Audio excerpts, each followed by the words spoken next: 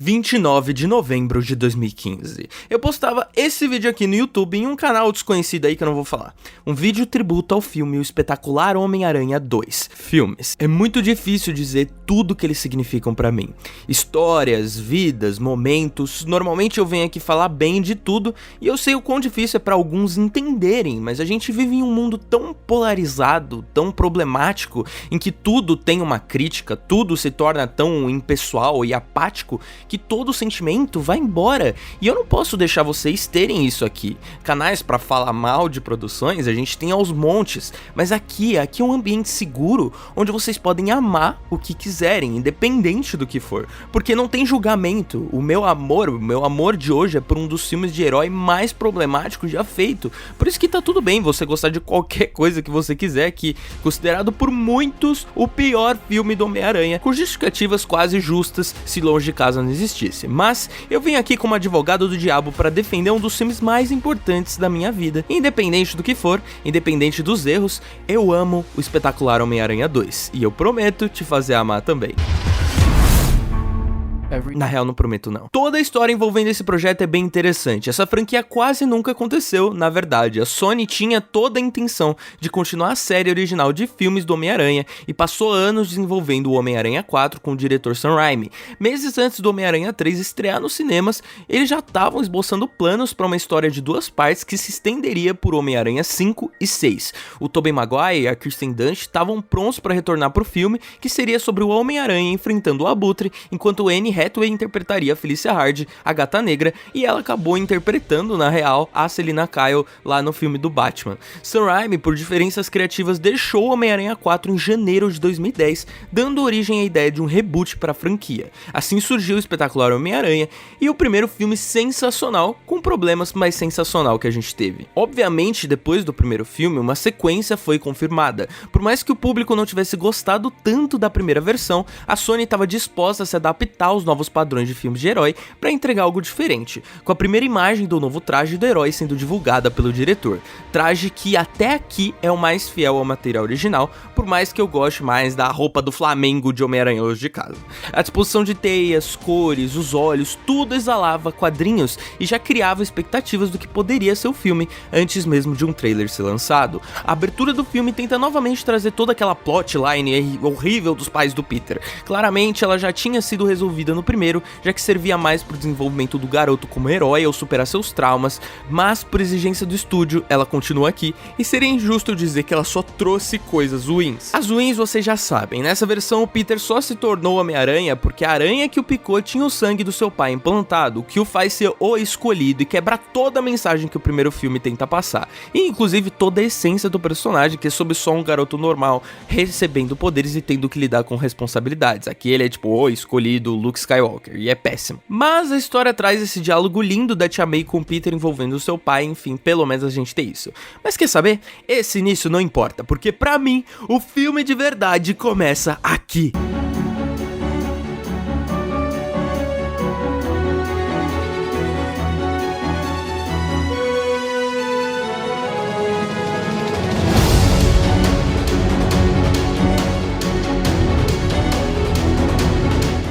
Esse não é só um dos momentos mais Homem-Aranha que eu já vi, mas um dos melhores momentos quadrinho envolvendo super-heróis. A gente vê o Homem-Aranha nos céus, voando, se divertindo enquanto se balança nas teias, ele grita, ele fica feliz. A trilha de fundo feita pelo Hans Zimmer é heróica, inspiradora, e o traje colorido contrastando com a linda cidade de Nova York é de encher os olhos. O CGI, os movimentos inteligentes, a habilidade no balançar, você sente o vento na roupa, dá pra ver o vento passando entre a malha, você sente a emoção, sente a vibração de voar junto com o herói. É como ver uma página de quadrinho viva, as poses, as falas, tudo é perfeito, é um sentimento sem igual, que nenhum filme do Aranha conseguiu replicar até hoje. Esse é um Aranha minimamente experiente, sendo o herói há quase um ano e acostumado a essa rotina. Apesar da cena ser meio errada, porque o Peter deixa o vilão sair atropelando 200 carros ao mesmo tempo e fica fazendo piadinha, eu não tô nem aí, ela é super divertida. O Peter fazendo piadinha, conversando com a Gwen no telefone enquanto fica em cima de um carro de polícia, tudo cheira um quadrinho semanal descompromissado. Eu definiria esse filme como estiloso, e estiloso até demais, e esse estilo é emocionante. Se você conseguir desligar seu cérebro e não pensar muito enquanto assiste, você vai ficar muito feliz. Peter!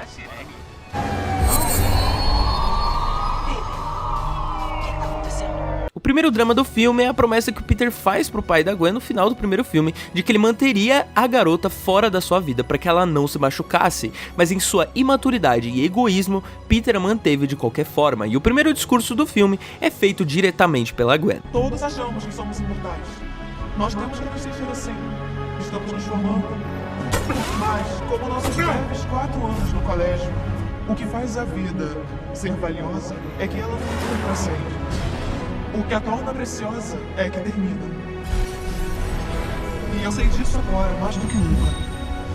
Eu digo isso, principalmente hoje, para lembrar que tempo é sorte. Sinceramente, esse discurso fica meio jogado aqui e muito provavelmente representa uma visão do que ainda vai acontecer ao fim do filme. Peter tá feliz, apesar da perda do seu tio, as coisas parecem estar dando certo, mas como uma boa história do Homem-Aranha, sempre tem alguma coisa. E aquela promessa, o risco de que mais uma pessoa que ele ama possa morrer, faz com que ele abandone a garota. Peter já perdeu demais, e correr o risco de perder a Gwen é muito. O problema do Peter dessa franquia é que ele é quebrado. Eu ouço muitas críticas dizendo que ele é inconsistente, irresponsável, e ele realmente é, como todos nós. Quando um assunto parece resolvido, quando algo parece certo, a gente sempre encontra uma dúvida, a gente encontra medo, desconfiança. E se acontecer alguma coisa com você, como aconteceu com ele por minha causa? Tá bom. Não.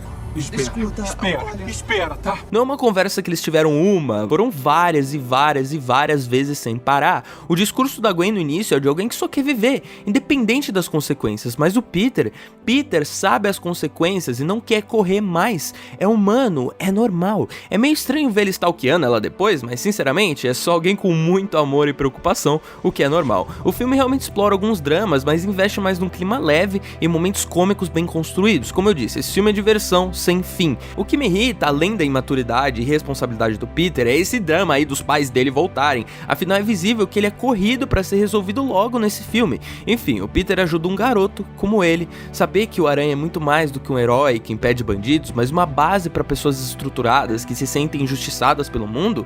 Afinal, a gente tem toda uma montagem do Peter ajudando pessoas. E acho que esse é o maior tema que esse filme pelo menos tenta explorar: injustiça. Olha quem tá aqui. As pessoas não entendem esse vilão. O Max é um underdog, um outsider, uma pessoa deixada de lado pelo mundo, assim como o Peter era no primeiro filme. E como um bom vilão, Max é o que Peter poderia ter se tornado com o tempo, um gênio afundado em sua solidão e traumas. O Homem-Aranha se torna uma figura heróica pro vilão. Como para todos nós, o Aranha é uma inspiração de alguém forte. Ser salvo por ele muda a vida de Max, afinal o Aranha é o primeiro em toda a sua vida que realmente dá valor à sua existência e não o despreza. Como sabe meu nome? Tá escrito no crachá. Sou um Zé Ninguém. Aí, você não é um Zé Ninguém, você é alguém. Lambe aqui. Beleza, escuta aqui. Max se torna obcecado, a única pessoa que o fez bem, enquanto o mundo continuava a rebaixá-lo, é o Homem-Aranha. O Homem-Aranha é a única forma de saída que o cara tem. No próprio aniversário dele, ele não recebe um presente, nem um parabéns. O seu trabalho foi roubado pela Oscorp. Dados para a usina e eles usaram vários deles, eu percebi isso. Aquelas usinas foram projetadas por mim. No seu aniversário, ele é obrigado a ficar na empresa enquanto todos vão embora, e ele é encarado por todos sem fazer nada. Mas é meu aniversário, todo mundo tá saindo, por que eu tenho que ficar? Porque você é especial. Gentileza no mundo de injustiça é a exceção. Deve ser legal, né? Ver o mundo inteiro olhando pra você. Max quer ser visto, quer que o mundo saiba quem ele é, que as justiças parem, ele quer se sentir importante, como Peter no primeiro filme. E sendo sincero, quem nunca quis se sentir assim? Max não é alguém ruim, e a justificativa dele se tornar um vilão não é tão idiota quanto dizem. Pode parecer bobo, é bobo, mas o ódio, a solidão, o fato do mundo todo te virar as costas e a única coisa que você acreditava, que te considerava importante, provavelmente era uma mentira. Cara, pensa comigo, na sua vida você tem sua família, tem seus amigos, mas se você não tivesse nada, se você não tivesse ninguém, além de, claro, você ser eletrocutado por enguias e se tornar um monstro azul de eletricidade, já é trauma o suficiente. O Electro só queria ajuda, mas isso nunca lhe foi dado. Nunca, nem mesmo pelo Aranha, que após derrotá-lo, simplesmente o deixa ser preso, sem mais nem menos pelas autoridades que ele deveria saber que fariam mal a ele e faria experimentos. O filme, como o primeiro, é sobre pessoas injustiçadas, que não tiveram as mesmas chances de Peter de se reestruturarem. E assim, na minha opinião, o Peter é mais o vilão desse filme do que todos os outros personagens. Ele falha com todos eles, ele é injusto e irresponsável. Max não teve apoio familiar. Harry, apesar do dinheiro da empresa, também não teve. Isso prova como, apesar do poder, existem coisas muito mais essenciais. Qualquer um pode ter poder, influência, eu e você, a gente pode ter isso eventualmente, mas pessoas que te mantenham estruturado, isso é impagável. O Harry nesse filme é complicado. Por mais que eu ache o drama dele importante, ver seu próprio pai, um homem que sempre o desprezou também, colocou expectativas inalcançáveis, o pai que te abandonou pelas suas ambições doentias e ainda por cima te transmite hereditariamente uma doença que o mataria no futuro, o que explica todos os experimentos feitos pelo Osborn durante esses anos, não era pelo bem maior, era por si mesmo. A ganância, o egoísmo, e ele transmite isso ao seu filho. Esses personagens não são tão diferentes do Peter, mas Peter teve algo que eles não tiveram, não o dinheiro, não a genialidade, mas as pessoas. Mais uma vez, Mark Webb tentou pelo menos colocar uma pitadinha no filme sobre seres humanos, mas mais uma vez o estúdio não permitiu. A Sony queria um filme que formasse o Sexteto Sinistro, que iniciasse um grande universo compartilhado para competir com a Marvel, ao invés de ser fechado em si. A cena na Times Square é linda, apesar de ser problemática. Peter, como Aranha, realmente tenta ajudar o Max, mas não é o bastante. O homem tá com medo, vivendo algo novo, diferente. Um poder sem igual que ele nunca sentiu. Um poder de finalmente se vingar das pessoas que sempre o fizeram mal. Isso parece bobo, mas como eu disse várias vezes, foi o que o Peter fez no primeiro filme. Quando ele teve poder, ele se vingou de todos que podia. Mas finalmente o Max tá sendo visto. Finalmente o mundo o dá a atenção necessária. E pra alguém que constantemente tava por baixo, era colocado como um ninguém, finalmente ser alguém é sedutor, essa é a palavra, sedutor. Ver essa tensão sendo tirada e ele sendo colocado como vilão da situação, os gritos de desaprovação, tudo isso fazem com que ele aceite essa persona de vilão e agora ele pode finalmente lutar contra aqueles que sempre o machucaram, pessoas como o Homem-Aranha que tiravam toda a sua atenção, mesmo que no caso do Aranha não fosse proposital. A cena é visualmente linda, a eletricidade do vilão, os momentos do sentido aranha em ação na câmera lenta, as cores, a composição, é tudo extraordinário, mas é meio vazio por tudo acontecer tão rápido. A problemática do Harry, do Peter não querendo dar seu sangue pro Harry é ridículo, é ridículo. Harry já ia morrer de qualquer forma, dar seu sangue não o faria morrer mais rápido, como o próprio personagem diz do filme, só daria uma chance de salvação. Então não tem defesa, uma parte muito burra do roteiro, burrinha mesmo. Harry tá em desespero e sinceramente, ele virar um vilão não é errado. Peter diz que vai tentar achar o Aranha, sabe? O Peter é o mais errado nesse filme e esse é um grande problema. Como eu disse, pessoas erram, vivem dilemas e fazem decisões ruins, algumas péssimas decisões, repetidas seguidas, e isso é humano, apesar de não ser justificável, já que o Peter aqui comete muitos erros, muitos, até demais. Como eu disse, ele derrota o Electro e deixa ele jogado lá no chão como se não fosse um nada, como se ele não soubesse quem ele fosse. A Tia May é complicada também, a atuação da Sally Field é sem igual, mas a sua personagem é subexplorada demais, a tornando bidimensional, mesmo tentando explorar uma complexidade que não tem tempo de se desenvolver. Esse é o grande mal desse filme, criar tantos subplots de forma porca, esperando que eles se encaixem. O fato dela trabalhar em turnos no hospital como enfermeira para conseguir pagar as contas é bem legal, enquanto Peter continua tentando tirar fotos pro Clarim. É uma mulher que, como Peter, perdeu alguém importante, que ainda faz falta, e continua tentando fazer todos os papéis em casa, não só de tia, não só de mãe, mas de pai, de tio, enquanto Peter continua correndo atrás de pessoas que não estão mais lá, e é compreensível a frustração dela. A verdade é que seus pais deixaram você aqui, na nossa casa. E você era um menininho cujo mundo foi virado de ponta cabeça, sem explicação. Fizemos o melhor que pudemos. Seu tio Ben e eu. Quem mais se importaria com você, protegeria você, se preocuparia com você? Seu pai? Não.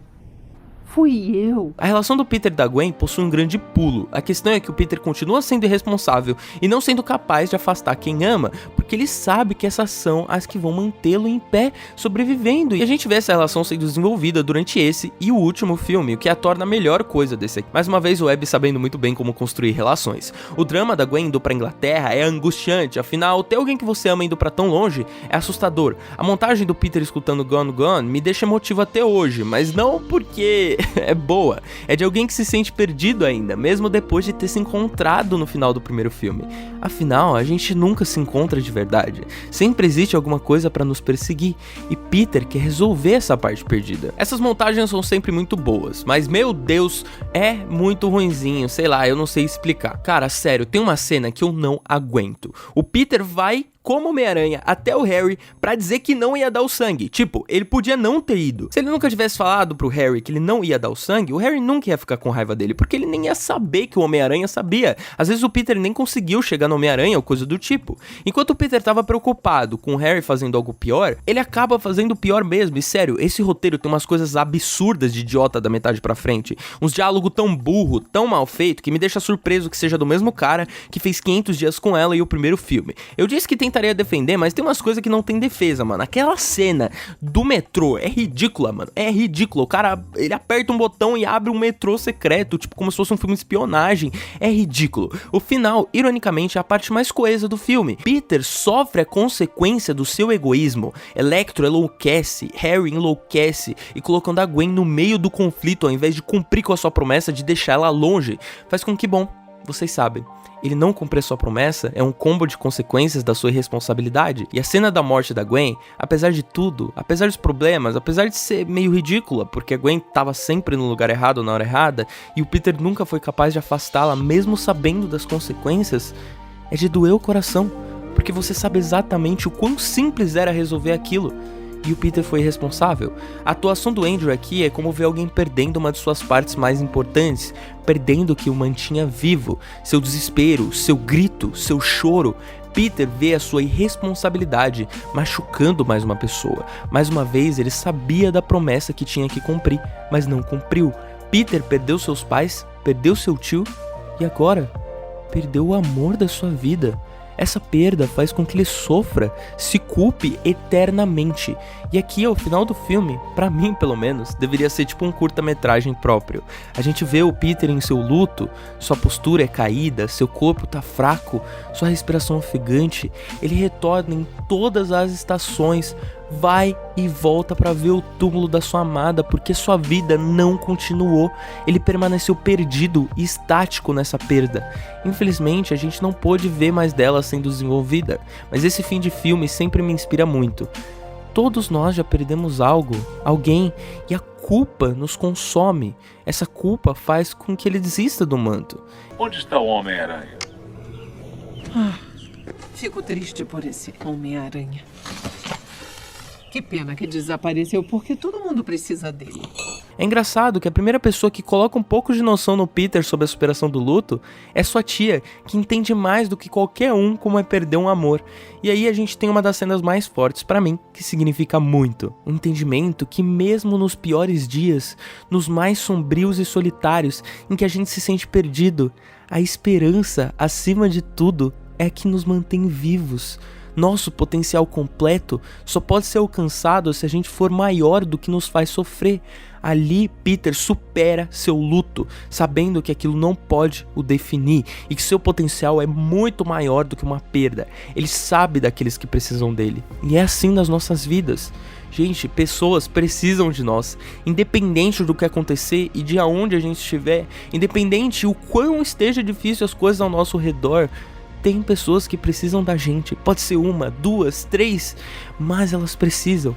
É daí que deve vir nossa força, a nossa esperança. Independente do quão ridícula seja a cena final, ela é linda. O Homem-Aranha sendo um símbolo para um jovem garoto, um símbolo de coragem, suporte, ele aparecendo para lutar, é lindo. Eu sei que a cena é ridícula, mas quer saber? O filme já é tão ruim, pra que encher o saco quando eu posso só aproveitar? Em nome de todo o povo de Nova York, de rinocerontes de verdade por aí, eu peço que coloque suas patas mecânicas para cima.